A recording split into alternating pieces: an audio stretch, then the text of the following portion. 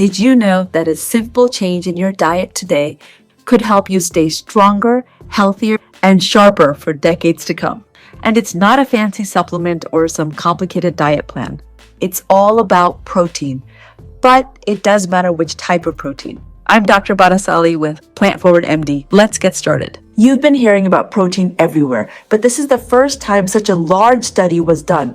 Over 48,000 nurses under the age of 60 were studied to see if eating a certain type of protein could give you healthier aging. What did they define as healthier aging? It wasn't like, can you touch your toes at the age of 80? No, they actually looked at certain conditions. 11 major chronic conditions like cancer, type 2 diabetes, heart failure, stroke. They looked at physical and cognitive impairment, mental health, because people are so concerned about dementia and changes as they grow older. And they looked specifically to see if people were having more animal protein, dairy, or plant protein. So they started around 1984, and the average age of these women was about 48 years old.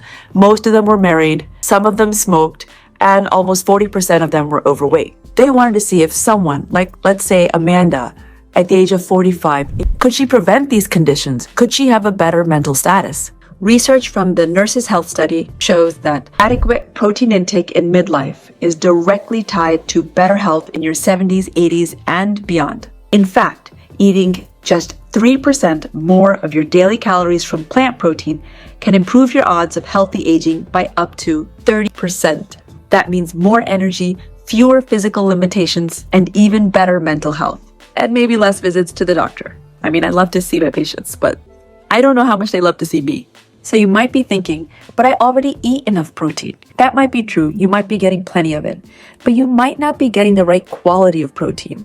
Many people eat animal protein, but often ignore the beneficial effects of plant protein, which not only gives you fiber and antioxidants, but also anti-inflammatory compounds. A common myth is that plant protein is incomplete, that you're not getting enough amino acids if you eat just plant protein. And that's false, because actually if you eat a varied diet in plant protein, you will get all the amino acids your body needs. And you don't need to eat them all in one meal. Your body is smart enough to know how to get them and extract them if you combine them over time. Okay, so why does a different type of protein matter? Which is better, plant protein or animal protein? In this case, researchers actually did test this. Unlike animal protein, plant protein brings extra benefits. Even better, it's been linked to lower risks of frailty and chronic diseases like heart disease. We talk about more fiber for better health. So let me ask you a quiz question. Think about it. How much fiber do you get from steak? A nice, juicy sirloin steak. How much fiber does that give? I'll get to the answer in a second. Here's a surprising fact.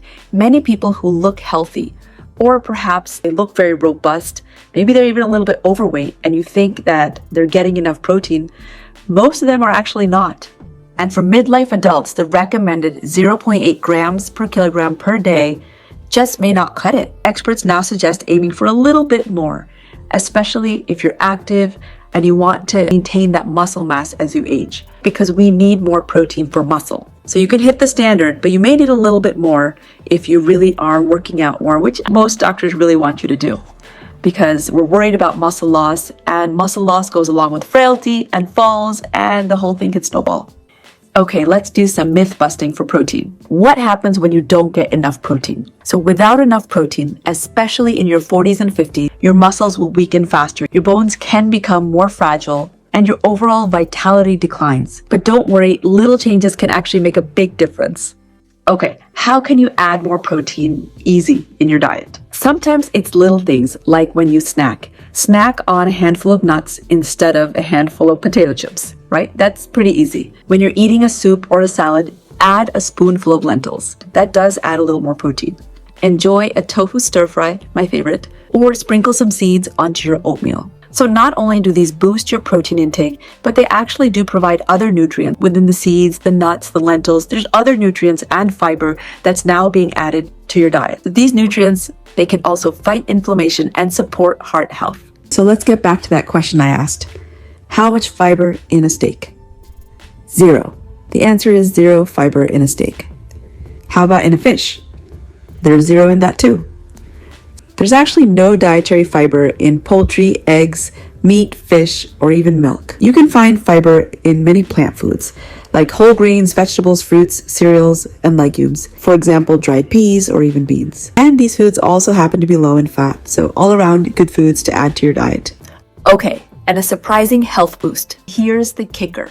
Replacing just 3% of your calories from carbs or fats with plant protein can increase your odds of maintaining good physical function by up to 60%. That's a game changer for staying active as you age. Sometimes when you think of midlife, you don't think ahead, but this is the exact time to plan for your future health, because you can't get to 70 and then decide you want to change everything. It'll still help if you do it, but you really want to set up for it in your midlife. So it's best to think of your future self right now. And protein, particularly from plants, is just one part of the equation, but it's a pretty powerful one. This study, which I'm going to cite below, is not saying to cut out all animal protein, but it is saying to replace or swap a little bit of that animal protein with plant protein.